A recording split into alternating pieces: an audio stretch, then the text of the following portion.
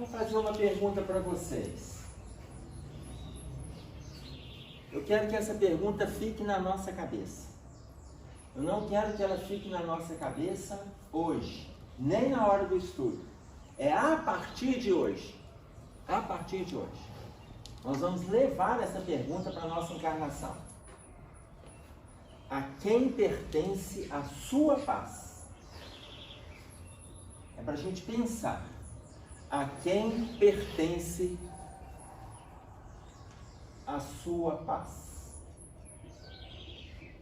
Acreditamos sempre que a nossa paz nos pertence. Mas a pergunta que vai ficar para nós é: a quem pertence a sua paz? E aí, em cima das reflexões, nós vamos ver como que o irmão José coloca para a gente um trechinho do capítulo Em Paz, do livro Vigiai e Orai. Aí ele diz assim: faze o bem e não te preocupes em advogar a causa própria. Na maioria das vezes, quem te persegue é doente e requisita compaixão. Não concedas mais que 2 minutos para escutar quem te traga notícias infelizes a teu respeito. Eu vou repetir. Não concedas mais que 2 minutos para escutar quem te traga notícias infelizes a teu respeito. 2 minutos. Falou mal de você e com você, 2 minutos. Ah, mas por que a gente tem que ouvir? Porque vai nos ajudar a refletir. Mas não mais que 2, porque senão vai nos tumultuar, vai nos perturbar, tende a nos agredir. E aí ele diz: e nem por 1 minuto escutes quem te procure para denegrir os outros. Não permita mais que 2 minutos alguém falar mal de você com você. Se falar mal de você o dia inteiro, não tem problema nenhum, desde que não chegue, mas te procurou só 2 minutos lá. O resto, as outras 23 horas e 58 minutos, pode ser com o restante do povo. 2 minutos. Agora, nem por 1 minuto, escutes quem te procure para denegrir os outros. Imaginem esta frase nos dias atuais. Não, o povo vai parar de conversar, né?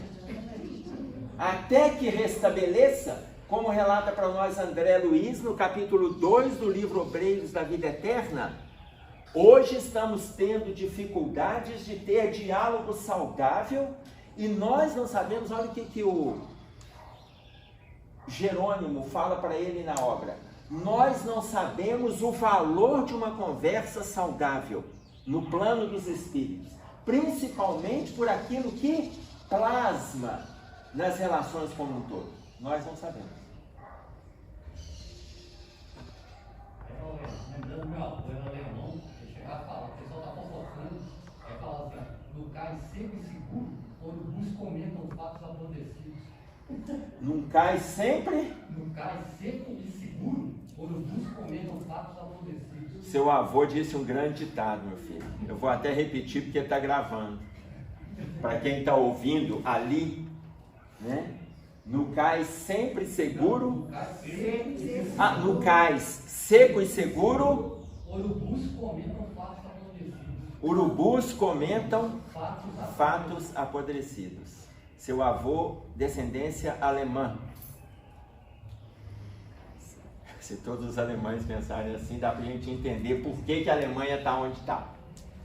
E aí o irmão José encerra para nós: se queres viver em paz, não assimiles o golpe da perturbação.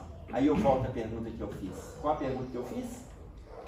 Quem é responsável pela sua paz? Quem é o responsável por sua paz? A quem pertence a sua paz? Se queres viver em paz, não assimiles o golpe da perturbação. Então vamos ver aqui 2 exemplos. Se nós pegarmos Buda, ele no final de uma pregação, um jovem foi lá e bateu na face de Buda, por não concordar com as posturas que Buda tinha colocado na palestra dele. Ele bateu na face de Buda. E Buda não falou nada. Não se irritou, não se perturbou e não retribuiu, não devolveu a agressão. No dia seguinte, o jovem voltou. Arrependido do que ele fez, ele voltou e pediu desculpas para Buda. E aí Buda colocou para ele: você está pedindo desculpa por quê? Porque ontem eu te agredi. Aí ele respondeu assim: se você me agrediu ontem, hoje a pessoa agredida não está mais aqui. E se você me agrediu ontem e está vindo hoje para se desculpar, hoje o agressor de ontem também não está mais aqui. Ou seja, aquela agressão perturbou Buda? Quando a gente pergunta a quem pertence a sua paz, nós pegamos o primeiro exemplo. Aí a gente pode estar pensando assim: mas aí é Buda. Vamos pegar um exemplo próximo da gente? Maria Modesto Cravo, em Uberaba, quando ela resolveu largar as lides católicas na qual ela se envolvia, quando ela resolveu sair do catolicismo e frequentar o espiritismo, trabalhando com Inácio Ferreira, com Odilon, com Chico, no hospital psiquiátrico, na casa espírita, quando ela resolveu, a comunidade católica começou a agredi-la. Porque ela era uma liderança dentro da comunidade católica, principalmente no grupo de senhoras que faziam as atividades voluntárias. Uma das agressões, a que mais marca para a gente nessa questão do tema da paz, foi quando ela fez aniversário e aí ela recebe uma caixa de sapatos de presente. Nessa caixa de sapato, quando ela abre, tinha um cartão e ali tinha uma quantidade de fezes. E no cartão estava escrito: isto é o que você merece por ter largado a gente e abraçado essa mal-ensinada doutrina espírita. Ela pegou aquilo ali, jogou fora. Meses depois, quando aquela que a presenteou, que era uma das líderes do grupo, estava aniversariando, ela foi lá, comprou um buquê de flores, preparou o buquê, escreveu um cartão e entregou para essa senhora. E no cartão estava escrito: estas são as flores que consegui cultivar com o adubo que você me presenteou. A paz dela ficou perturbada? Não.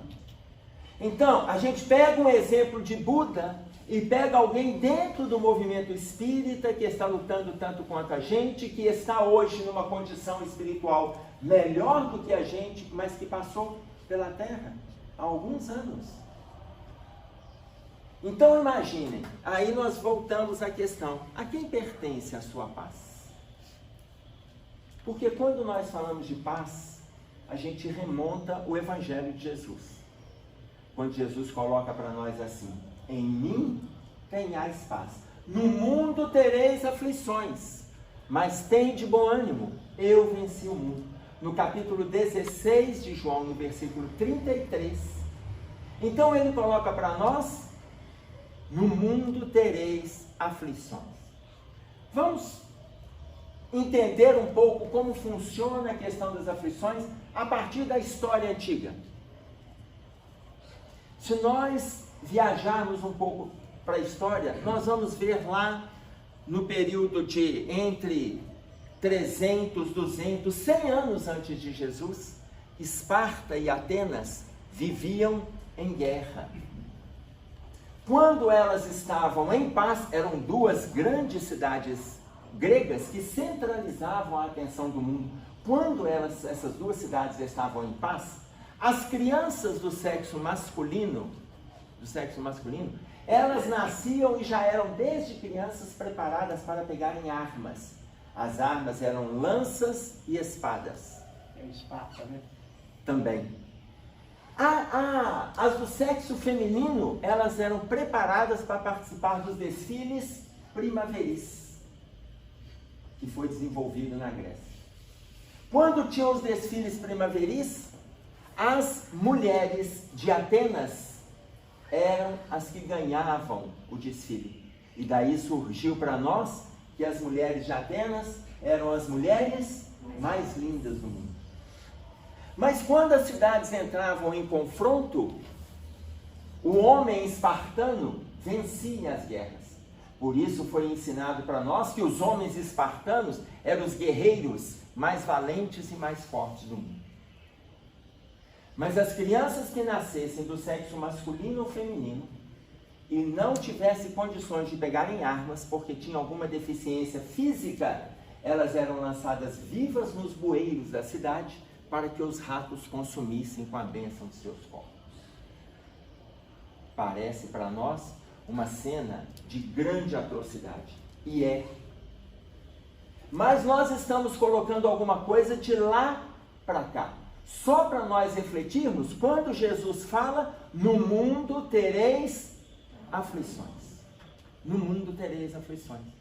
E se nós formos caminhando para a história, pela história, nós vamos ver na Idade Média, entre o ano 450 e 1470, praticamente 1000 anos de obscurantismo, de horror, de terror. Nós vamos ter a chegada do imperador Flávio Focas. Eu vou citar apenas algumas pessoas que foram algozes da humanidade, mas a história está recheada. Flávio Focas, do ano 602 a 610, ele começou a falar de reforma agrária. 602 a 610, eu estou falando de aproximadamente 1.500, 1.600 anos atrás. 1.400 a 1.500 anos atrás.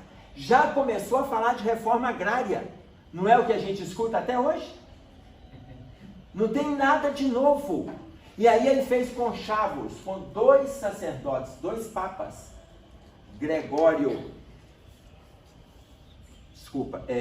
Bonifácio IV e Gregório I.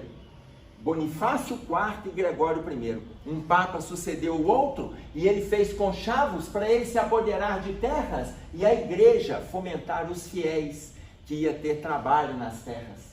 E ele foi se apoderando e aqueles que discordavam, ele foi ceifando vidas de 602 a 610 da era cristã. Passa mais ou menos 400 anos, 450 anos, nós vamos ter o nascimento de Pedro, o eremita, Gengis Khan, Saladino, Ricardo Coração de Leão e o Barba Roxa na Alemanha. Foram algozes, cada um na sua região. Só que eles se envolviam com guerras, tanto que Pedro, o eremita, ele era um monge, mas ele defendia as posturas dele matando pessoas. Ele era monge. Se nós pegarmos o capítulo 20, o versículo 13 de Êxodo, Velho Testamento, não matarás. Ele era monge. E ali ele já ceifava vidas. Então Pedro, o eremita, ele já ceifava vidas. Gengis Khan. Mas tinha um lado bom do Gengis Khan? Tinha. O lado bom de Gengis Khan, ele era militar, guerreiro, mas com tanta força para estimular os seus guerreiros, que ele alimentava em todos eles um ódio inenarrável pelos adversários. Mas ele tinha um amor pelos seus guerreiros e os familiares dos seus guerreiros indescritível. Então ele tinha amor só para aqueles que estavam literalmente do lado dele. Gengis Khan, que viveu aproximadamente aí 1000 anos atrás, né, já teve os seus movimentos reencarnatórios, e numa das últimas encarnações, na última encarnação propriamente dita, ele esteve envolvido conosco dentro do movimento espírita. Mas não cabe aqui a gente citar, porque são pessoas que estão próximas, que ainda estão encarnados, da família. Mas ele conviveu conosco. e fez um grande trabalho na seara do Cristo 1000 anos. 1000 anos depois. Ou seja, antes disso, teve várias situações de sofrimento, de desespero, por aquilo que ele provocou lá atrás. Saladino se juntou a Ricardo Coração de Leão e promoveram diversas dificuldades. E eu estou falando tudo dentro da Idade Média. Nesse período da Idade Média surgiram as cruzadas. No ano de 1190 até aproximadamente 1290. 1096, para ser mais preciso, 27 de novembro de 1096 até 1290. Foram quase 200 anos de guerra. Primeira cruzada, segunda, terceira. O Papa que mais se envolveu com as cruzadas foi Inocêncio III. O nome dele diz tudo, não diz? Inocêncio III. Ele mandava homens para a guerra.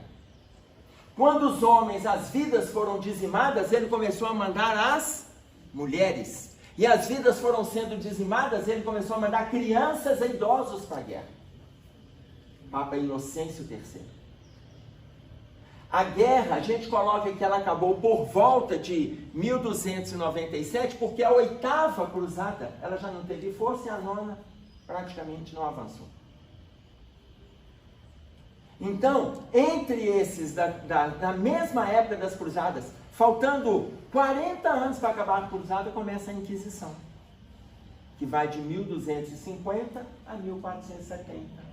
Nós temos aí aproximadamente 250, 300 anos de Inquisição. E a pessoa que mais se envolveu com a Inquisição era sacerdote.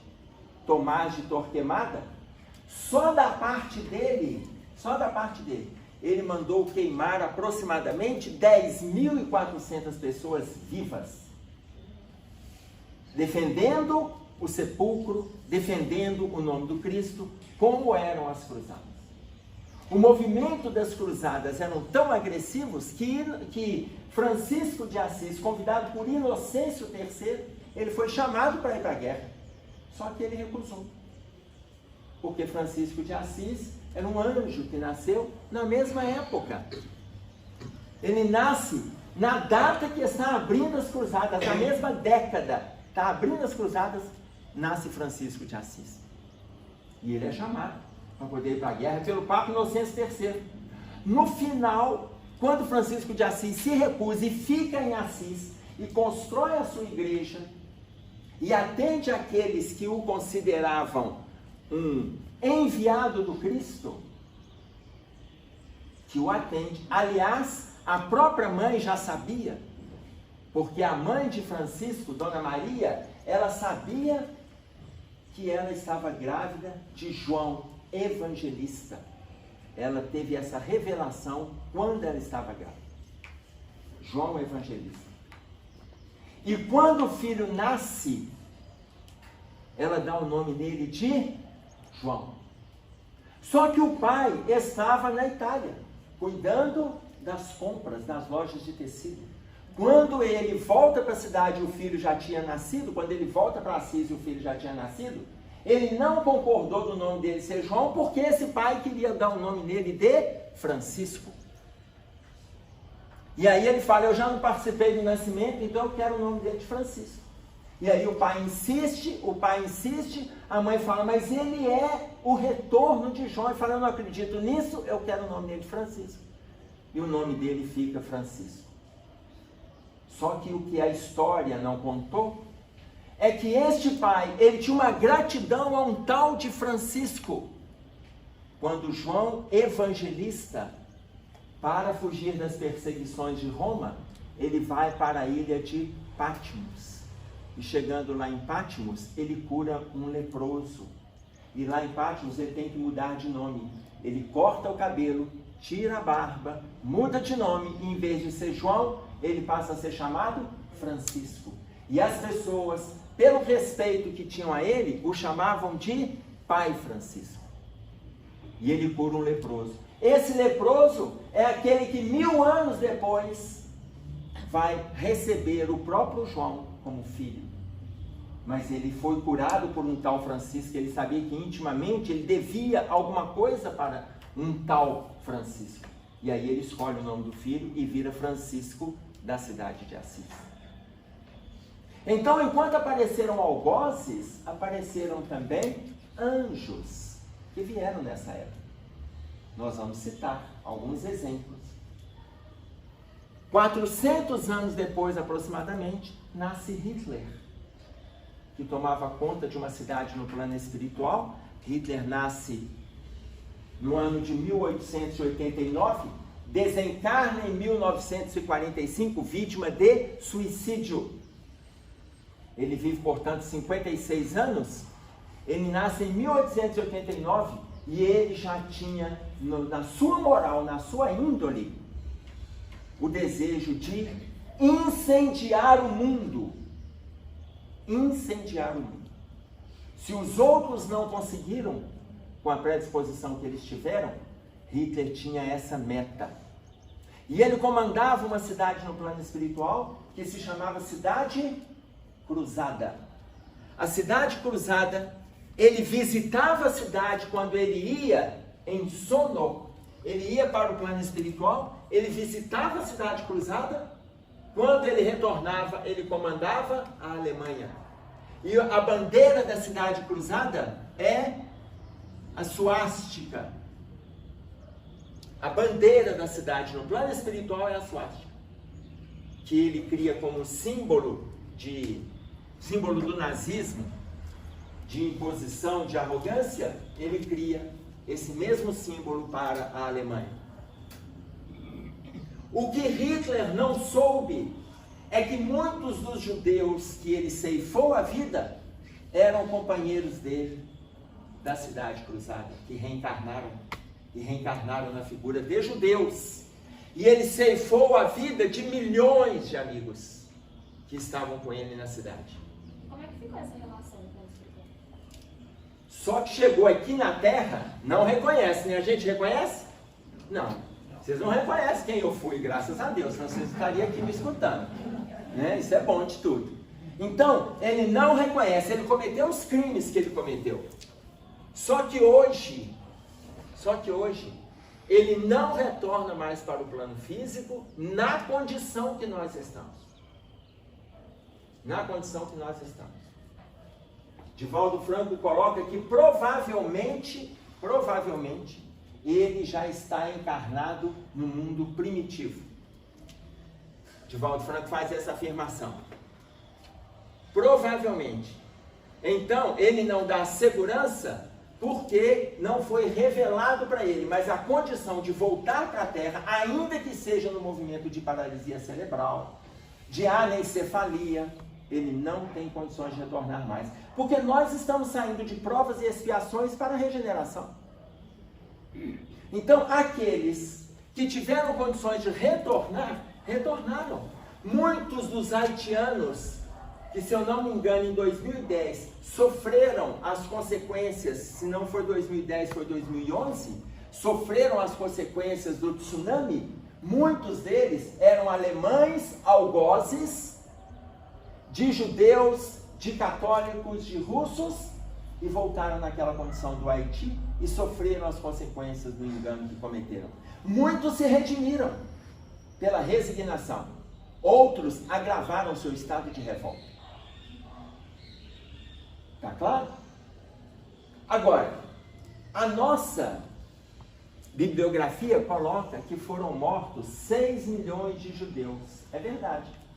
Mas foram na Segunda Guerra mortos, em média, 6 milhões de judeus, 10 milhões de católicos, 20 milhões de russos, 1.900 sacerdotes e aqueles que não eram nem judeus, nem católicos, nem russos e nem sacerdotes, compreende um outro grupo de quase 3 milhões de pessoas.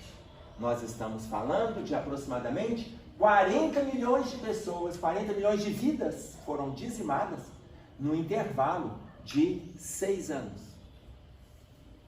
Uma média de 7 a 8 milhões de pessoas foram dizimadas em 6 anos. A gente retornando lá atrás, a gente coloca Esparta e Atenas, cena de atrocidade, jogar as crianças no bueiro. É uma atrocidade. Mas nós citamos aqui várias situações de atrocidades, sendo que o Cristo já disse, no mundo tereis aflições. E temos. Assistimos essas aflições. Só que essas às vezes nos atingem no movimento de reflexão, mas não nos atinge de forma direta. As que nos atingem de forma direta, a gente está assistindo dia a dia. E aí fica a pergunta que eu fiz para vocês: a quem pertence a sua paz? Porque elas continuam acontecendo. Continuam acontecendo. No mundo tereis aflições. A gente liga o jornal e ele vai informando para a gente. A gente abre a internet, está informando para a gente. Escuta o rádio, está informando para a gente. O tempo todo está informando o quê? Que no mundo tem aflições. E informa muito mais as aflições, muito mais o mal-estar, do que o bem-estar. O mundo. E aí uma senhora chegou para mim na clínica e falou assim: Emerson, você viu o que aconteceu com a igreja de Notre Dame? Logo que tinha acontecido um incêndio da igreja de Notre Dame, no primeiro semestre de 2019, você viu o que aconteceu com a igreja? Eu respondi para ela: não estou sabendo o que houve. Tinha acabado de acontecer. Emerson, a igreja pegou fogo, e ela começou a me falar: onde já se viu? Isso é um desleixo, um descuido. Como é que eles podem deixar uma igreja que tem 800 anos, como é que pode deixar isso acontecer? Como é que o governo francês permitiu isso? E foi falando, e aí ela foi falando, e eu fui olhando para ela, impassível. E aí ela falou assim: parece que eu falo, você não está nem aí. Eu falei: estou muito preocupado com a igreja de Notre Dame. Ela falou: Emerson, mas isso não te incomoda? Incomoda. Mas do jeito que você fala, é como se eu estivesse nem aí. Eu falei: me incomoda. Mas me incomoda os mais de 3 bilhões e 400 milhões de pessoas que estão abaixo da linha da pobreza no mundo. Nós estamos falando de aproximadamente 45 a 48% da população mundial. Me incomoda mais os 2 bilhões de pessoas no mundo que estão sem água potável. Me incomoda os 800 mil pessoas que se suicidam em média por ano. Uma média de 3 pessoas a cada 2 minutos. Uma pessoa a cada 40 segundos está saindo da vida pelo suicídio. Me incomoda porque nós temos em média 63 mil pessoas morrendo de acidente de trânsito no Brasil. Porque me incomoda porque na Síria, nos últimos 8 anos de guerra, nós tivemos, em média, 500 mil mortos, sem saber por que eles estavam morrendo. Eles não sabiam nem o porquê da guerra. Guerra interna, guerra civil. 500 mil pessoas em 8 anos de guerra. Me incomoda. Me incomoda mais que a igreja. Sendo que a igreja, os milionários e bilionários franceses, amanhã esse dinheiro está no depósito da prefeitura. E eles vão reconstruir a igreja. E a fome vai continuar, a falta de água potável vai continuar, o suicídio vai continuar, a guerra na Síria vai continuar, os acidentes no trânsito vão continuar. Me incomoda. E aí, ela pegou e respondeu, olhou para mim e falou assim: Emerson, é muito difícil conversar com você. Também acho difícil. Porque a questão não é que a gente não se incomode, mas a gente não está dando conta de resolver as coisas daqui. O que está perto da gente. A gente não está dando conta.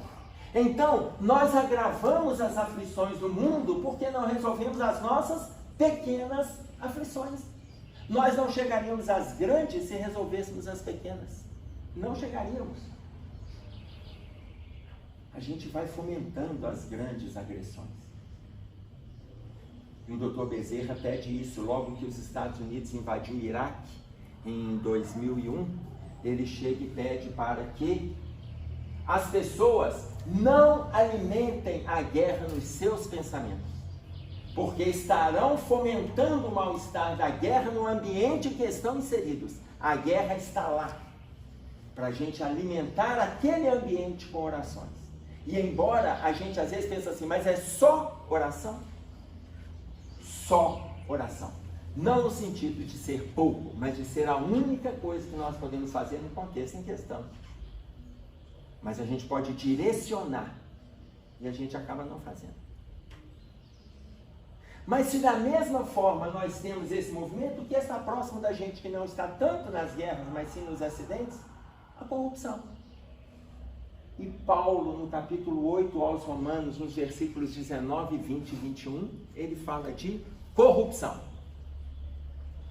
E quem tiver dificuldade de entender o que Paulo fala nesses 3 versículos, o Aniceto explica para o André Luiz no capítulo 42 do livro Os Mensageiros, sobre corrupção. Eu acho até, quando a gente começa a ver o versículo bem devagar ali, Paulo, antes de escrever o versículo, ele veio no Brasil. Tenho essa impressão, ele veio aqui, viu como é que funciona, voltou para Roma e escreveu para os romanos, no capítulo 8, nos versículos 19, 20 e 21, ele fala sobre corrupção. E o André Luiz vai explicando para a gente o que Paulo quis dizer junto com Aniceto. Então vocês imaginem, se nós temos no mundo aflições, aí nós temos também historiadores, filósofos, que falam de paz, que falam de amor. Nós temos aquela ideia que é trazida para nós, amai o próximo como a ti mesmo. Muitos ainda dizem que Jesus falou amar o próximo como a ti mesmo. Jesus não falou. Jesus não falou. Ah, mas está lá no capítulo 22 de Mateus. Mateus está relatando as falas de Jesus. No versículo 39. É verdade. Amar o próximo como a ti mesmo. Mas ele não foi o primeiro a falar isso para nós. Ele repetiu Moisés. Ele repetiu. Isso nós estamos repetindo. Ele repetiu Moisés. Moisés falou no capítulo 19 de Levítico, amai o próximo como a ti mesmo. Moisés disse mais, não atentarás contra a vida do teu próximo, mas amarás o teu próximo como a ti mesmo. Moisés falou. Jesus fala para a gente no Sermão da Montanha, não vim destruir a lei. Essa é a lei. Amar o próximo como a ti mesmo. Se a gente estivesse amando o próximo como Moisés pregou, a gente não precisava que Jesus tivesse vindo. A gente precisava, não. Porque Moisés já falou, amar o próximo como a ti mesmo. E olha os ensinamentos de Moisés. Não precisava de Jesus ter vindo, não. A gente já estaria colocando em prática. Como nós entendemos errado, a gente acha que o próximo são só os amigos, os familiares, os parentes. Aí Jesus pegou e falou assim, amai os vossos inimigos. Isso é novo. Isso é novo. Moisés fala para amar o próximo. O inimigo também é próximo. Aliás, é por isso que ele é inimigo. Porque eu amar o inimigo da Rússia está ótimo, desde que ele não venha me perturbar. Eu amar o inimigo lá no Chile, o inimigo lá na Irlanda. Mas ame o inimigo. E aí eu pergunto para vocês, quem tem inimigo aqui, levanta a mão. Só para eu ter uma ideia, quem tem inimigo? Não, eu quero contar. Eu faço questão. Pense no seu inimigo. Não, eu estou contando só encarnado, estou desencarnado, não sabemos quantos, ninguém tem só um. Então, encarnado, só para eu ver quantos tem. Só para eu ver. É uma minoria. Pode abaixar, pode abaixar. É uma minoria. É por isso que a palestra vai ficando difícil, que você começa a falar para santo, né?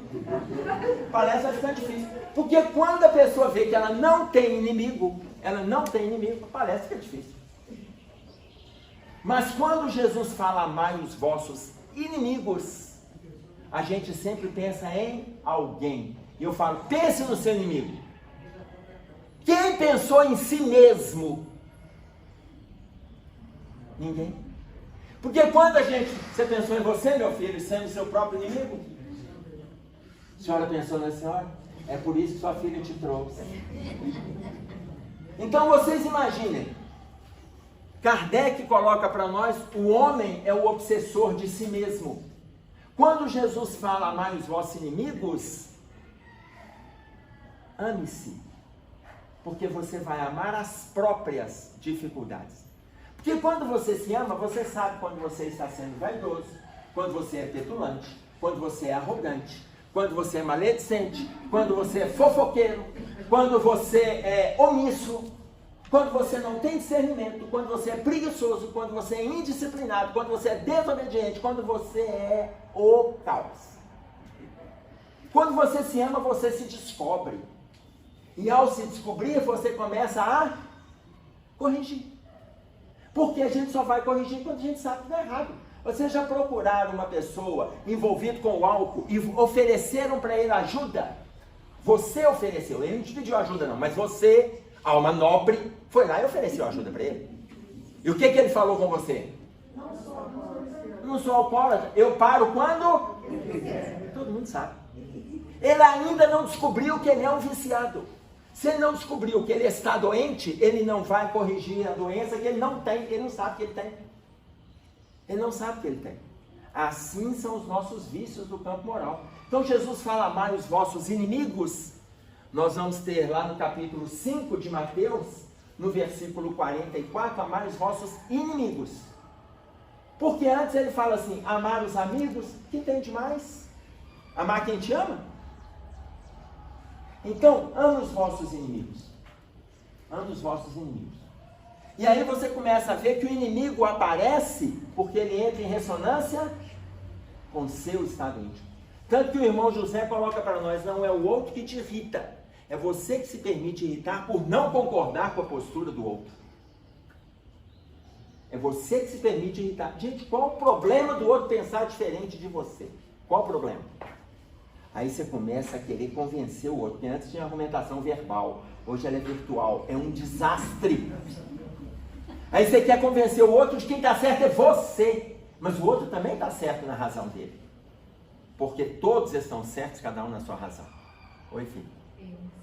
Falou do inimigo, no Evangelho, eu não consigo localizar o capítulo nem o item, mas traz para a gente essa diferença do adversário e do inimigo. Que o adversário são pessoas que têm opiniões diferentes. E o inimigo é uma pessoa que você percebe que te deseja o mal, ou que te persegue, que não quer ver você bem. Então, quando eu li, eu falei assim, nossa, interessante, a gente às vezes briga, discute, achando que o outro inimigo não é isso.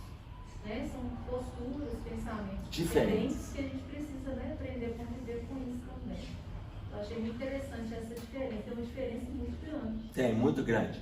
Até porque quando fala essa diferença, nós vamos ver lá no capítulo 11 e 12 do Evangelho, que ele fala sobre amar o próximo como a ti mesmo, e depois vem também perdão, amar os vossos inimigos. E lá tem perdão das ofensas. E quando ele fala em perdão das ofensas, ele vai trazer isso. Ele ainda coloca assim, não tem como você sentar na mesa com um inimigo com o mesmo prazer que você senta com um amigo.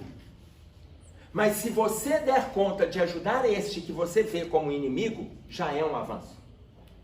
Se você der conta de ajudar. Agora, muitos de nós falamos assim, eu dou conta, mas na hora de ajudar você fala assim, você lembra o que você fez comigo, né?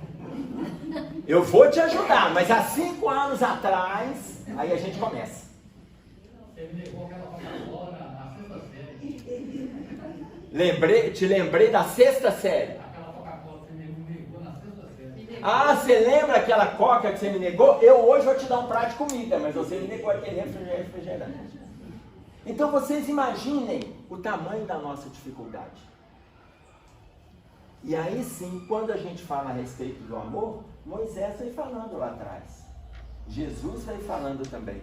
Só que Jesus, nesse mesmo capítulo 5, é o capítulo que abre o Sermão da Montanha em Mateus. Ele abre. O Sermão da Montanha, ele compreende em Mateus os capítulos 5, 6 e 7. Em Mateus, que é dos evangelistas quem faz o sermão mais completo. Quem escreve, porque Mateus, ele anotava coisas enquanto Jesus falava, ele anotava. Tanto que o evangelho dele, ele começa a escrever, ele já deixa escrito algumas coisas, No ano 35, 36, quando, como é que é o nome do Estevão? Antes dele ser Estevão? Gesiel. Quando Gesiel vai conversar com Pedro na casa do caminho, Pedro dá para ele o nome de Estevão, para ele fugir das perseguições.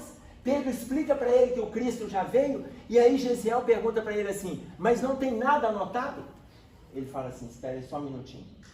Adentra a casa do caminho, quando ele volta com os primeiros pergaminhos escritos por Mateus. Isso era por volta do ano 35, 36. O Cristo tinha sido crucificado no ano 33. Ou seja, no ano 39, o Evangelho de Mateus estava pronto. E Mateus, ele escreveu em aramaico, a língua que Jesus falava, em Jerusalém, aonde eles viveram. Então, dos 4 evangelistas, é aquele que traz mais a conceituação para nós teórica aí, e com muito mais riqueza de informações. Então vocês imaginem, aí Jesus chega e fala para nós, neste capítulo 5, abrindo aí o Sermão da Montanha, ele chega e fala assim, que fazeis de especial? Que fazeis de especial? Avalia, que fazeis de especial?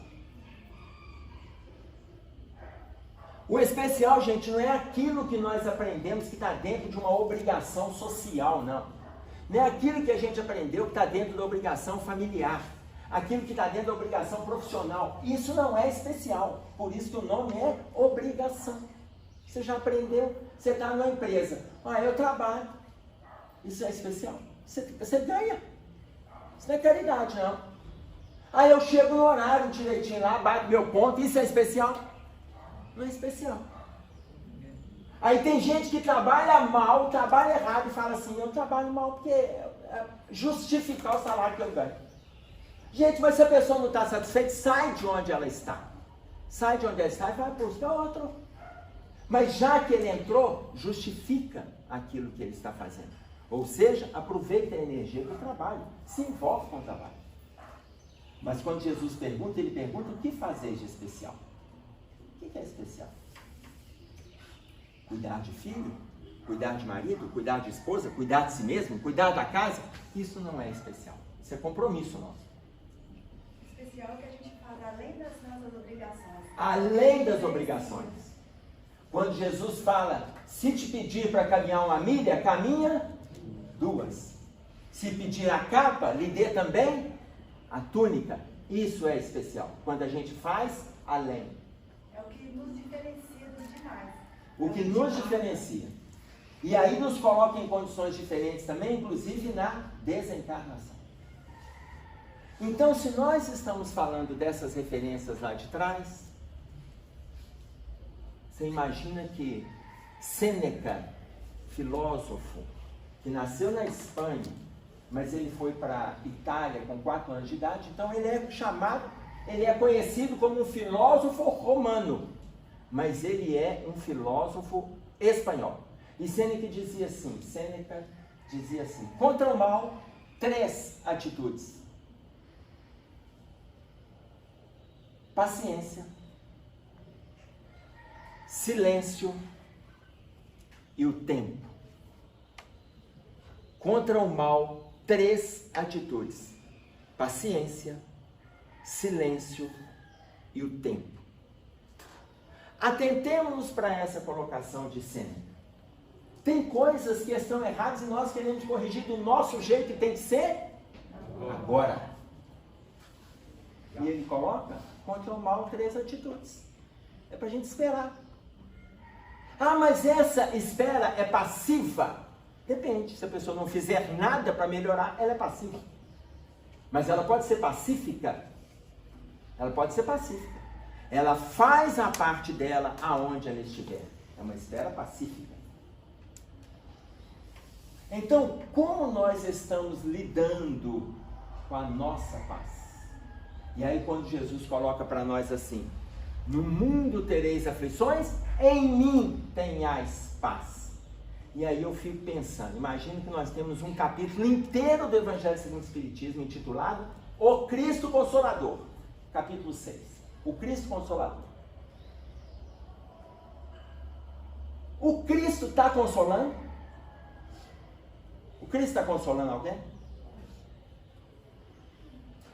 A doutrina espírita está consolando alguém? Hoje? Era para estar. A gente acha que está. Era para estar. Mas aí vamos pegar um exemplo. A gente se irrita, briga, xinga, perde a paciência, programa vingança. Fulano, a gente ainda tem a frase assim, fulano me... Todo mundo sabe. Fulano me paga.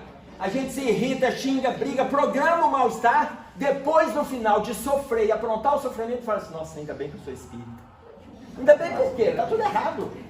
Não está consolando, então. Oi. Mas se não fôssemos espíritos, seria muito pior. Se a gente não fosse espírita, seria pior. E aí, em vez da gente só programar, já agiria. Isso, você está de parabéns. Então, nesse momento, ela está consolando ou ela está nos paralisando para não cometer atrocidades? Está paralisando. Por enquanto, ainda não conseguimos fazer dela um consolo, gente. O Cristo é consolador. Mas se o candidato tal ganha, você tem lá eleições, nós estamos no auge do mal-estar. Aliás, desde quando começou, o mal-estar não acaba. De um lado, candidato A, do outro lado, candidato B. Aí, eu já sei que eu falo candidato A, você tem esse Haddad, B e Bolsonaro. Mas Haddad é com H. Mas de um lado a gente tem um candidato, do outro tem um... Gente, cada um faz o voto que desejar de conformidade com o seu estado íntimo. Você não tem que converter o outro para a sua ideia. Quem falou que é você que está certo? De onde que a gente tirou isso? De onde a gente tirou? Nós aprendemos sobre livre-arbítrio o tempo todo. Você vai votar de conformidade com a sua sintonia. E se você mudar de ideia? Não tem problema, todo mundo muda, graças a Deus. Ah, mas eu não concordo com o candidato B. Ok. Mas a espiritualidade permitiu, você imagina. Aí é muito, o que já tem de gente me falaram que esse ou aquele devia ter morrido. Gente, contra o mal, 3 atitudes. Paciência, silêncio e o tempo. E os espíritos estão com o tempo. Estão esperando. Oi, filho. Ontem no Busca do Espírito, dizendo que antigamente os inimigos dos Estados Unidos estavam fora dos Estados Unidos. E agora, lá dentro, os próprios americanos são os inimigos dos outros. Você imagina trazer esse discurso dele para o Brasil. Olha que bacana. Antes os inimigos dos americanos estavam fora, hoje está dentro. Eu fico pensando quando é que os nossos estiveram fora. Imagina um discurso desse aqui. Os nossos inimigos estão aqui, olha. A nossa terra está sendo ceifada, o nosso povo está sendo agredido. Gente, há séculos. Tanto que Portugal, quando descobriu, quem tiver a chance de ler no Brasil, Coração do Mundo, Pátria do Evangelho, quais as 2 personalidades que Portugal deixou aqui para poder fazer a população crescer? 12 criminosos. Gente, até Portugal sabia o que viria. Nem tinha descoberto ainda. Eles ficaram aqui e aqui começou a população com 2 que vieram. Por quê? Porque aqui ia ser uma ilha prisioneira para Portugal trazer aqueles irrecuperáveis da marginalidade. Hã? Portugal degradou para o Brasil, porque o Brasil era primitivo. O Brasil era primitivo e eles estavam na Europa, né? Então, só que o povo mais pacífico, olha, eu estou colocando segundo Humberto de Campos, no livro Brasil, Coração do Mundo, o povo que a espiritualidade elegeu para chegar aqui foram os portugueses. Porque de todos os europeus, era o povo mais pacífico. De todos os europeus. E aconteceu o que aconteceu. E ainda que a gente tenha as dificuldades que a gente tenha, mas era um povo mais pacífico. Então vocês imaginem, Portugal escolheu o Brasil para ser uma ilha, um presídio a céu aberto. Não deu certo lá e vai mandando para o Brasil. E muitas vezes isso aconteceu. Estou falando dos 2 primeiros cidadãos, porque está lá no livro. Mas isso aconteceu muitas vezes. Entretanto, se a gente pensa politicamente neste ou naquele candidato, Isso Escutei. acontece até hoje. Sim, ainda que aconteça até hoje, aí eu volto para o que está em torno da gente. Nós estamos falando da construção da paz. Tá claro? Oi, Alessandro? Eu não sei o que assim, também se é permitido pela espiritualidade, porque tem um planejamento. Sim. Existe um planejamento que algo de bom dali vai ser extraído. E aí, existe um planejamento. E aí, o que acontece com o planejamento? Eu vou lá em Sêneca. Paciência, silêncio e o tempo. Ô, gente, Barrabás foi escolhido em vez de Jesus, não é porque Barrabás era melhor, porque Barrabás era a sintonia do povo. A gente escolhe de conformidade com a nossa sintonia. Nós não temos que pressionar o outro, brigar com o outro, agredir o outro. Barrabás foi escolhido que era da sintonia. Embora os sacerdotes estavam influenciando para escolherem Barrabás e haviam outros influenciando para gritar Jesus, o grito do Cristo foi abafado. E está tudo certo, deu tudo certo. A espiritualidade continua na direção. Senão fica parecendo que se alguma coisa acontece diferente do que a gente acha, está tudo errado. A gente às vezes se coloca acima do papel da espiritualidade. Então nós não temos que agredir, convencer. Por quê? Porque nós estamos estimulando a guerra nos nossos núcleos familiares. Estimulando a guerra nos nossos ambientes de trabalho. Estimulando a guerra nas nossas afeições sociais, espirituais, emocionais. Nas redes sociais está agressivo o ambiente. E aí eu fico com a pergunta, a quem pertence a sua paz? Marcos? E só a gente ter fé no Ismael, né? Segurou a alma em tantos momentos, quem vai segurar agora? Vai estar de fé, né? Não, tem muita gente achando que Ismael, como seu orientador espiritual do Brasil, deve estar de férias. Quando ele voltar, a empresa dele. Então imaginem vocês, como que nós estamos lidando com esse ambiente. E aí, vamos pegar um exemplo. Se a gente, vamos voltar lá em 1917, já era quase final da Primeira Guerra Mundial, quando turcos otomanos, adeptos do sultão otomã, provocando diversas atrocidades em cima dos cristãos, aproveitaram o momento da Primeira Guerra Mundial e entraram na Romênia, ceifando mais de 2 milhões de vidas de cristãos. Esse fato que eu vou narrar para vocês está num livro que se chama Incondicional. Um convite de Jesus ao perdão radical, de um pastor americano, Brian Zahnd. Ele é um pastor americano e ele coloca isso para nós no livro Incondicional. Porque além daquilo que os turcos otomanos fizeram, o que nos prende, o fato que nos prende é quando um grupo de militares entrou numa casa onde havia o pai, a mãe e as filhas, todos ligados ao cristianismo. E aí, o militar, o oficial deste pequeno pelotão, ele estupra as mais novas, entrega as mais novas para os seus soldados fazerem o mesmo desatino, mata os pais e pega a filha mais velha e leva para a sua casa para ela atendê-lo nos seus deleites. Passado um tempo, ela conseguiu fugir. Ela foge, estuda e ela faz enfermagem. E numa dessas reviravoltas da história, ela vai trabalhar num hospital militar. Ao trabalhar no hospital militar, ela começa a receber militares feridos de guerra. Num determinado momento, chega um militar. Quando ela chega próxima desse militar, já com a lanterna no rosto, porque a luz elétrica ali já tinha, em função das bombas, em função da guerra, já tinha apagado. Quando ela olha, ela reconhece. É o oficial que destruiu a sua família. O médico chega próximo dela e ela pega a prancheta e começa a anotar tudo que o médico falava. E ela foi anotando, foi registrando. No final do relato dela, o médico disse assim: se este oficial não receber um atendimento singular, ele não vai resistir. E ela fica com todas as informações. E ali ela começa a cuidar daquele paciente. Tudo que ele precisava, ela o atendia. Ele não tinha lucidez, mas ela acompanhava tudo. Medicação, curativos, banho, ela acompanhava tudo no hospital. Ela largava o horário de trabalho e ficava próxima do leito. Ia para casa descansar, no dia seguinte, quando ela voltava. Primeiro paciente que ela olhava era esse.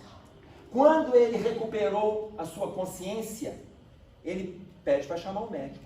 O médico vai atender e ele fala que ele queria agradecer ao médico aquilo que ele tinha recebido da equipe do hospital. E o médico disse, olha, se o senhor está sobrevivendo, se o senhor está recuperando e já está bem recuperado em relação ao estado que o senhor entrou, o senhor deve gratidão à enfermeira tal. Declinou o nome da garota e chamou por ela. Quando a garota se aproximou, o oficial olhou para ela e falou assim, eu te conheço. Eu sinto que eu te conheço. E aí ela pegou, olhou para ele e falou assim, o senhor me conhece. Ele falou, mas não é do atendimento aqui no hospital não, mas eu sinto que eu te conheço, eu já te vi. Aí ela falou, sim, o senhor me conhece. O senhor entrou na minha casa, matou os meus pais, estuprou as minhas irmãs e me levou para a sua casa para atendê-lo nas viciações sexuais. Eu consegui fugir, estudei e estou aqui para cuidar do senhor. Aí o oficial, impressionado com o relato dela, ele olhou para ela e já todo mundo já estava ali, atento ao diálogo. Ele olhou para ela e perguntou, por que você não me matou? Se eu fiz tudo isso com a sua família, por que você não me matou? E aí ela disse para ele, porque sou uma armena cristã. E estou lutando para colocar em prática aquilo que o Cristo ensinou para nós, amai os vossos inimigos. Mas sou uma armena cristã. Estava ali a lição do Evangelho sendo colocada em prática, sendo que ela teve a chance de fazer o avesso quando lembrasse de tudo que tinha feito na destruição da família dela. Então nós não podemos fazer o que está lá, mas o que nós estamos fazendo aqui? Eu estou falando de paz no mundo, mas como que está o ambiente que eu estou em torno? Como que está o ambiente que eu guardo em mim? A quem pertence a minha paz? A quem pertence a sua paz? Te pertence? Isso é uma referência. Essa é a reflexão que nós precisamos fazer. A quem pertence a nossa paz? E aí, nós vamos contar com a colaboração da espiritualidade nessas reflexões. Quando Meimei e Maria Dolores coloca para a gente a respeito da paz, até alicerçando o que a gente vai fechar neste texto, viver em paz, do vigiai e orai, quando o irmão José coloca para nós assim, não desertes do caminho que Deus te deu a trilhar.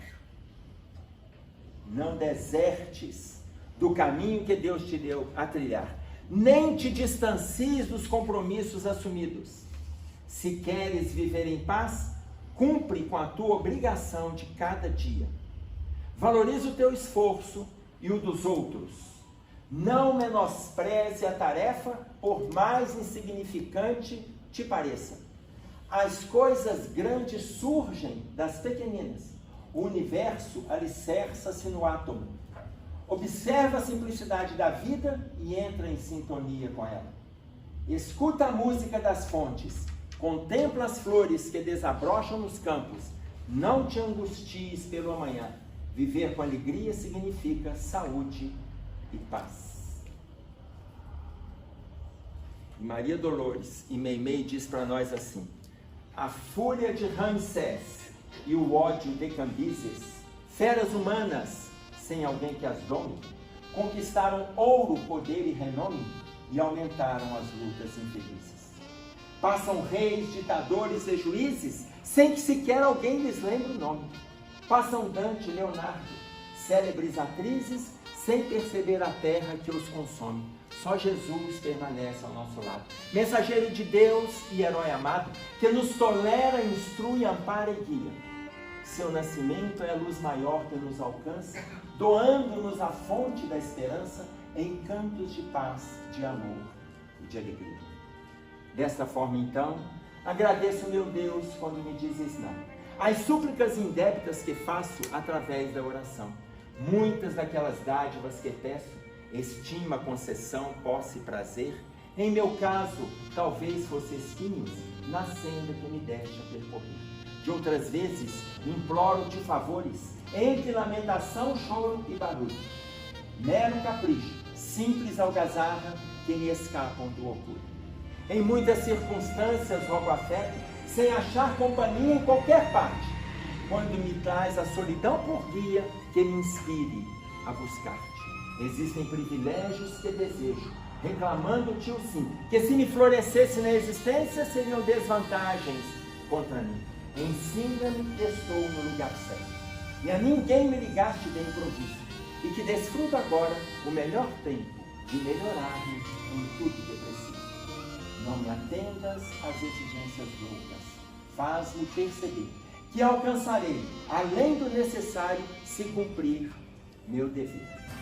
Agradeço, meu Deus, quando me dizes não, com o teu amor, sempre que te pedires o que não devas, não me atendas.